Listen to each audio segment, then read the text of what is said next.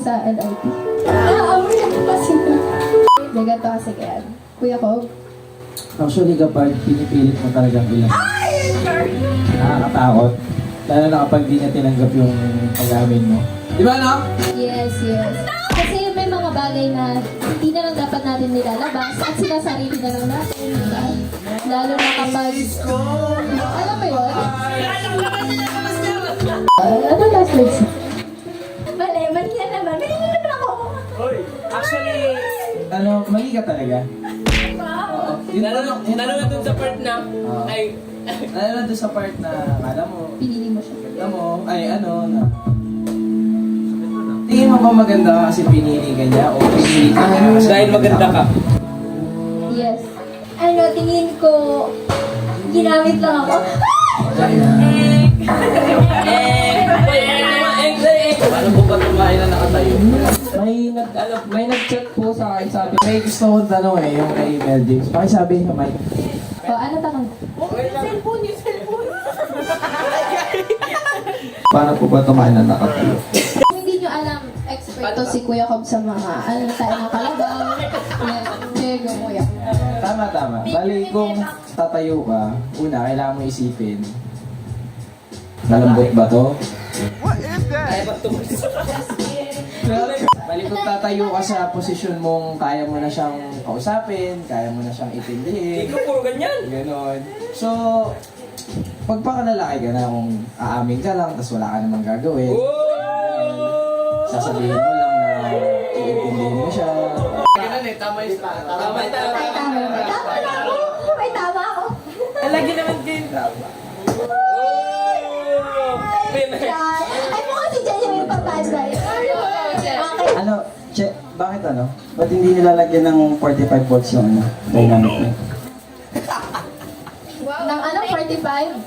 Phantom power. 45 volts? Yung? Dynamic range. Yung hawak mo. Okay. Kasi,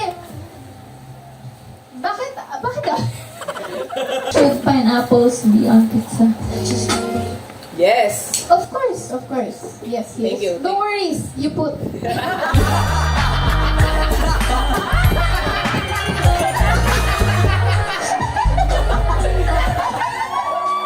ano po kasi, hindi ko po masagot.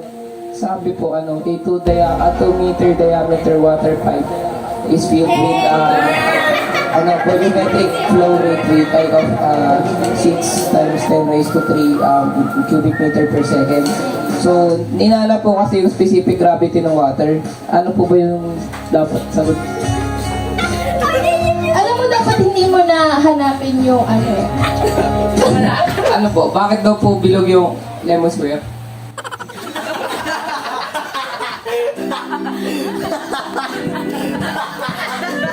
May ganito, mahirap-hirap yan Pero kasi colorblind.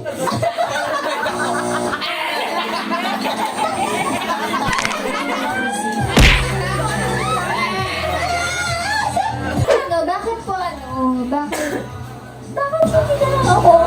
Ikaw na lang.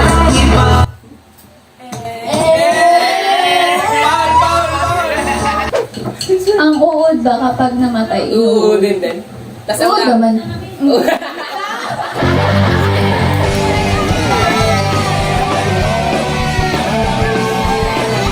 Paano daw po matulog ang kuba? Nakapikit. Nakapikit. Sabi ko sana naka-medyas.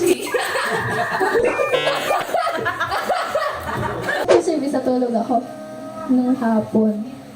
Tapos, nung Japan pala. Tapos, parang Japan. Kasi hapon. Tapos, nung natulog ako, nanaginip ako. Nasa building ako, parang pinakamataas siyang building. Tapos, gumuko yung building. Oh no! So, like, wala ka ng chance na bumaba, di ba? Kasi may ipit ka talaga kasi nasa pinakataas ko. Ano man? So, ang ginawa ko, pumunta ako sa corner. Nag-pray ako. Tapos, ang genuine ng prayer ko. Ano sabi sa prayer? Sabi ko, Lord.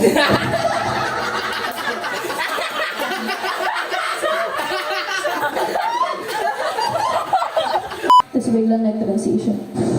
Ay, wow! Ano? Legit na hindi na ako nananaginip nito. Eh, may bintana sa likod, diba? Oh. Tapos, parang pagising ko, yung light galing sa bintana, nag-spread throughout the room yung light. So, super white lang nakita ko. Tapos dito sa right ear ko, may nagsalita. Sabi niya, "Since you are ready, did you let me come?" Tapos, hindi ko na siya maintindihan kasi yung nakafocus na lang ako dun sa sa pag-resist ko. Kasi may napipila akong kumahawak sa ulo ko. Tapos, sabi niya, "Ma'am, dito po ba banda?"